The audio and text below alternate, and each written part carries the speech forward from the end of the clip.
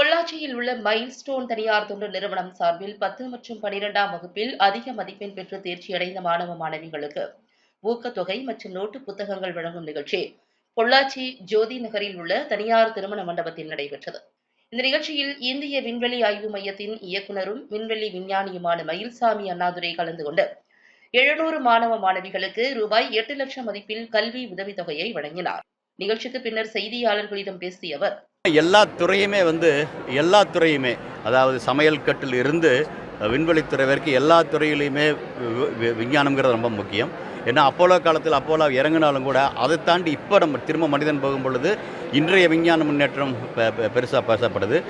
நம்ம போகக்கூடிய காரிலிருந்து தொலைபேசியிலிருந்து எல்லாத்துலேயுமே விஞ்ஞானத்தினுடைய முன்னேற்றம், அதனுடைய பாதிப்பு, அது சீக்கிரமாக செய்கிறது, அது சரியான வகையில் போகிறது இருக்குது. அதே வகையில் விவசாயத்திலும் கண்டுபிடிய அவசியம் இருக்குது. ஏன்னா நிலம் கிட்டத்தட்ட அதே மாதிரி ஏன் சுருங்கிட்டு போகுதுன்னு சொல்லலாம். நிறைய என்ன மனிதன் பல காரணங்களுக்காக விவசாய நிலங்கள் எடுத்துக்கிட்டு அவங்க குடியிருப்புகள் வருவதும், அதே மாதிரி நீராதாரம் குறைவது, அதே மாதிரி விவசாயத்தில் இறங்கி வேலை செய்யக்கூடிய ஆட்களுடைய எண்ணிக்கை குறைகிறது.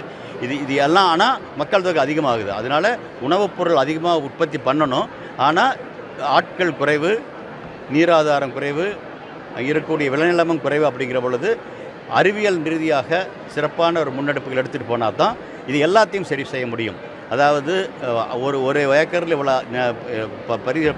நம்ம பயிரிட்டு விளைவிக்கிறத தாண்டி அங்கே திரும்ப போய் அடுத்த கட்ட இளைஞர்களும் விவசாயத்துக்கு போகணும். அப்படின்னா அந்த விவசாயத்தை நம்ம எப்படி ஒரு கணினித்துறையோ ஒரு விண்வெளித்துறையோ எப்படி ஒரு மருத்துவத்துறையோ பேசுகிறோமோ அதே மாதிரி விவசாயத்துறையும் விஞ்ஞானத்தால் மேம்படுத்தப்பட்டு அங்கே போய் பணிபுரிவதும் கூட இளைஞர்களுக்கு ஒரு எழுச்சி ஊட்டும் வகையாக உருவாக்கப்பட வேண்டும். அதற்கு அறிவியல் சிறப்பாக பயன்படும் நினைக்கிறேன். இப்போ வீடு கட்டுறதுலேயே பார்த்தீங்கன்னா கூட ஒரு காலத்தில் கட்டடம் கட்டுறதுக்கு இப்போ கட்டுறதுக்கு வித்தியாசம் இருக்குது.